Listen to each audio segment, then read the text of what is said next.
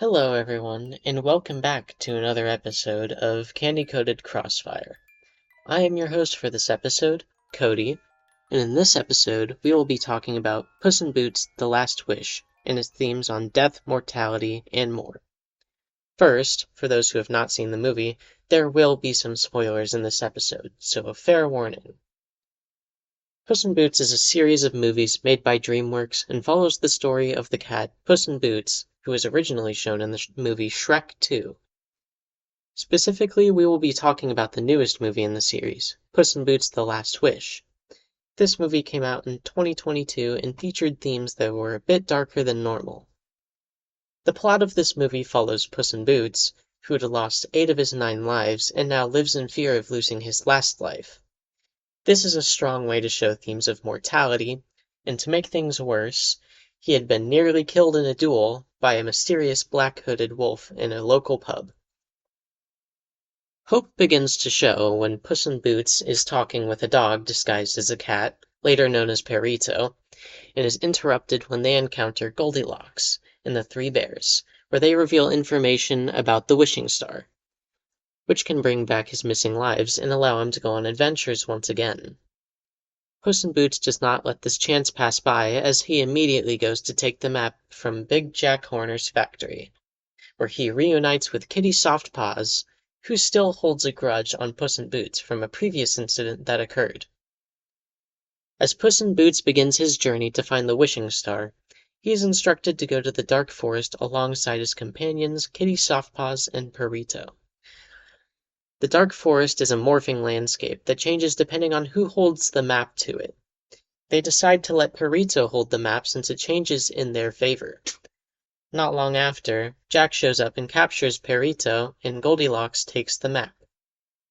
Puss in Boots manages to take the map back, but it morphs the landscape once again and traps him in the Cave of Lost Souls, where he tells Kitty Softpaws to retrieve Perito.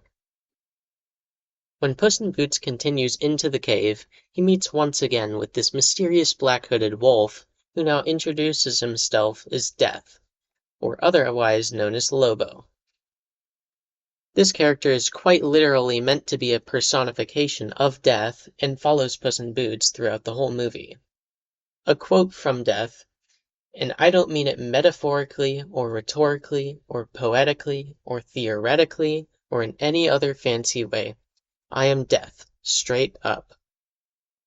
The wolf is a bounty hunter that is constantly hunting Puss in Boots down for his last life out of anger for his decision not to value his other 8.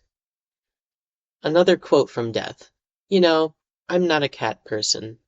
I find the very idea of 9 lives absurd, and you didn't value any of them. So why don't I do us both a favor and take this last one now? Going back to the cave, Puss in Boots avoids death and runs out of the cave when he finds the destination for the wishing star. But so does everyone else. There's a free-for-all where the Goldilocks and the Three Bears, Big Jack Horner and his minions, and Puss in Boots and his crew all fight for the wishing star. Near the end of the fight, Perito now holds the map and gives it to Puss in Boots when he says the following quote. You know, I've only had 1 life, but sharing it with you and Kitty has made it pretty special. Maybe 1 life is enough. Right after this, Death makes his grand entrance into the arena with an ominous whistle. He traps Puss in Boots in a wall of fire, leaving them stuck together. Puss in Boots decides to let go of the map and take Death head-on with his last life, even though he had the choice to regain his lives beforehand. When Puss in Boots shows his resolve to live his last life, Death decides to spare his by saying, Live your life, Puss in Boots, live it well.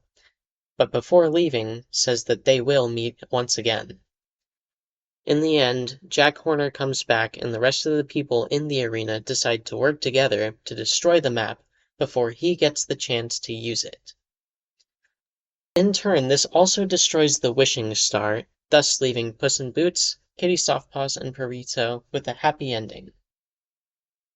I hope you enjoyed this episode of Candy Coated Crossfire. Once again, I am your host for this episode, Cody, and I look forward to talking again in our finale episode.